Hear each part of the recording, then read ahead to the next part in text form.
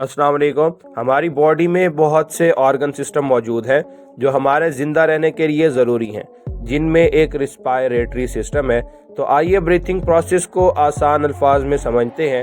Human body के respiration के लिए मेन ऑर्गन लंग्स होते हैं जो थोरेसिक कैविटी के रिब केज में सेव होते हैं, जिस तरह एक पैरट पिंजरे में बंद होता है। डायफ्राम, जिसे रिस्पायरेटरी मसल भी कहते हैं, डूम शेप मसल है जो रिब केज और लंग्स के निचले हिस्से पर मौजूद होता है। प्लूरल मेम्ब्रेन लंग्स को बाहर से कवर कर रही होती है। अब राइट एंड लेफ्ट लंग्स पर थोड़ा सा गौर कीजिए।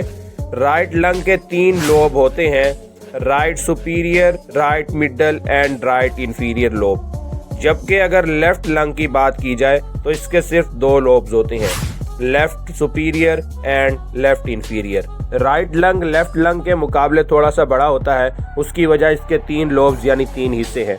बाहर से ये दोनों लंग्स ट्यूब्यूलर ब्रोंकाई के साथ कनेक्टेड होते हैं जो ऊपर ट्रेकिया के साथ कनेक्टेड होती है।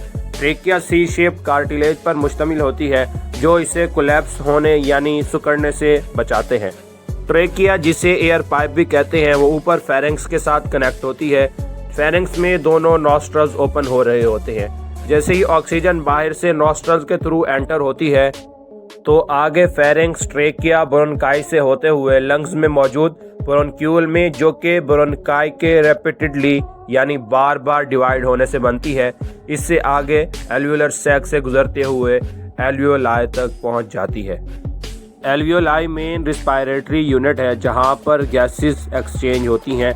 एल्वियोलाई के गिर्द नेटवर्क ऑफ कैपिलरीज मौजूद होता है जिसमें मौजूद ब्लड में आरबीसीज मौजूद होते हैं। बाहर से आने वाली ऑक्सीजन जो एल्वियोलाई तक पहुंच चुकी होती है यहाँ पर ब्लड वेसल्स में डिफ्यूज हो जाती है। हमारे जहन में अक्सर ये सवाल आता है कि आखिर रेड ब्लड सेल्स ये रेड क्यों हैं?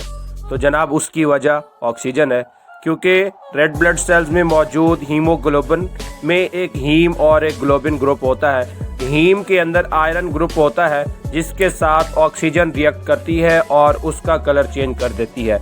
यही वजह है कि ऑक्सीजनेटेड ब्लड रेड जबकि डीऑक्सीजनेटेड ब्लड अक्सर ब्लूइश कलर में होता है। तो आइए अब चलते हैं एक और गैस यानी CO2 पर, जो कि बॉडी का इम्पॉर्टेंट वेस्ट प्रोडक्ट है जो मुख्तलिफ सेल्स से ब्लड में भेज दी जाती है। ब्लड से ये CO2 एल्वियोलाई में रिलीज कर दी जाती है और फिर वहाँ से ये ऑक्सीजन के अपोजिट रास्ता इख्तियार करती है। उसी रास्ते के थ्रू यानी एल्वियोलस से होते हुए ब्रोंक्यूल और फिर वाइंड पाइप यानी ट्रेकिया और फेरेंक्स से होते हुए नॉस्ट्रल्स के जरिए बॉडी से बाहर भेज दी जाती है। इनहेलेशन में ऑक्सीजन से भरी हुई हवा को बॉडी में दाखिल किया जाता है, जबकि एक्सहेलेशन में हवा को बॉडी से बाहर खारिज कर दिया जाता है। डायफ्राम की कॉन्ट्रैक्शन से दोनों लंग्स एक्सपेंड होते हैं, एयर लंग्स के अंदर दाखिल होती है। दूसरी तरफ जब डायफ्राम रिलैक्स होता है तो ऊपर को मूव करता है। इसकी वजह से जो लंग्स है उन पर प्रेशर बढ़ जाता है, जबकि थोरेसिक कैविटी का वॉल्यूम कम हो जाता है, जिसकी वजह से एयर आउटसाइड यानी बाहर की तरफ मूव कर जाती है। इस इनहेलेशन और एक्सहेलेशन के प्रोसेस को रिस्पायरेशन कहते हैं, जो तकरीबन 16 to 20 टाइम पर मिनट पर होती है। तो आइए अब जानते हैं कि रिस्पायरेटरी सिस्टम बैक्टीरियल या वायरल इन्फेक्शन से खुद को किस तरह प्रोटेक्ट करता है। रिस्पायरेटरी सिस्टम का कुदरती तौर पर अपना प्रोटेक्टिव मैकेनिज्म होता है। नेयर्स यानी नथने डस्ट और दूसरे पार्टिकल्स को फिल्टर करके हवा को साफ करते हैं। नोज के साथ साथ कुछ हवा मुंह के रास्ते से भी एयरवे में दाखिल होती है। तो एयरवे की बनावट यानी कंस्ट्रक्शन कुछ इस तरह की होती है कि ये म्यूकस सेक्रेट करता है।